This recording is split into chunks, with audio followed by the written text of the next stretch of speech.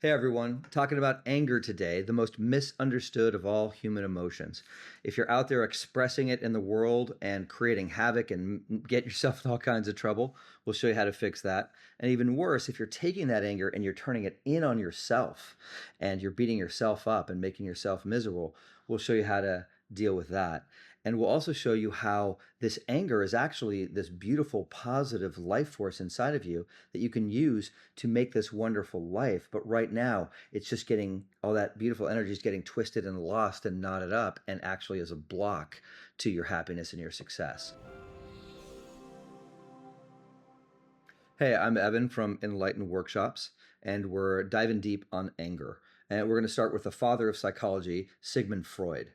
Back in the day, Sigmund Freud said, taking that anger and repressing it, that's bad. So in the 50s and 60s, that's what all the sort of free love people heard. They said repression is bad.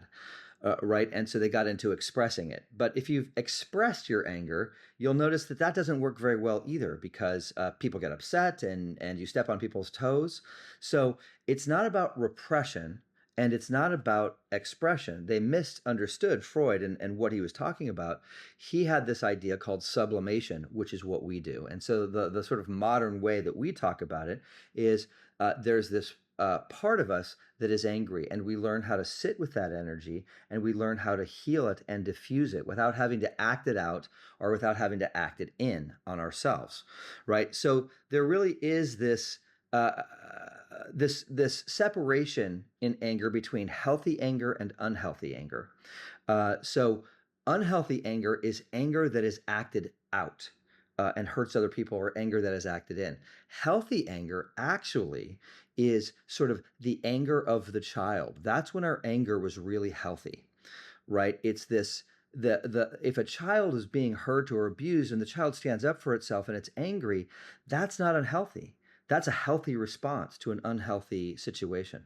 So let me use my life as an example, right? So my father, violent rageaholic, he expressed his anger. You know, it's like he hit women and children, which is not the best thing in the world. And so that's unhealthy anger. I think everybody can agree that, you know, and wars are started over unhealthy anger. And as a kid, I didn't like that. I saw that and I said, that's bad, that's evil.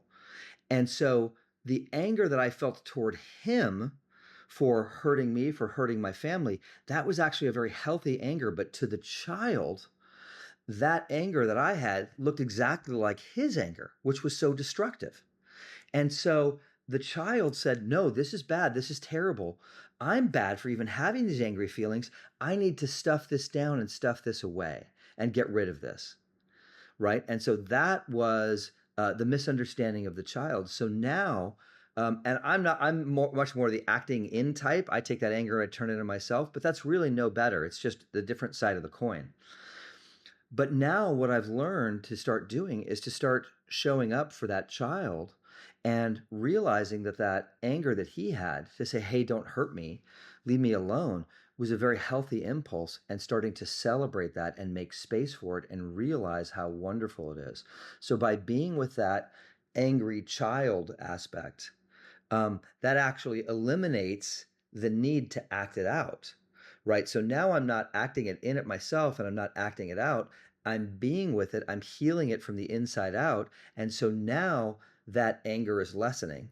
And what automatically happens when that big block starts to shrink is your natural life force comes out. So I've kept myself weak on purpose, like not consciously, but subconsciously, because if I'm strong, I'm going to hurt people like my father did. So you see how your relationship to anger has everything to do with your relationship to your own power.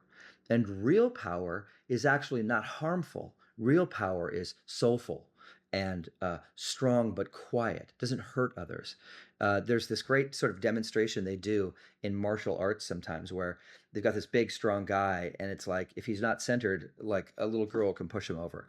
And then they get 10 guys. And when he gets centered in his chi, right, in his true power, 10 guys can't knock him over. And that's kind of what we're talking about here, is if you can stop mistaking your power and that angry reaction you had toward the abuse you received as bad, but actually your power, you can start to develop a relationship with it, and you can start to realize that it's okay to be powerful. It's not bad to be powerful. So that's just a little bit of a sort of taste and a snippet of a workshop we have coming up, which is going to be about how to really deal with your anger, and we're going to look at it from all angles. So there'll be a link in the description below. Or you can just come and check out. We have a free 4-step workshop, which is a sort of 12-step way of approaching and dealing with anger. We're going to touch all of those. Look at the links below and check it out. And please, if you got anything from this, please like and subscribe. And see you later. Have a great day. Cheers.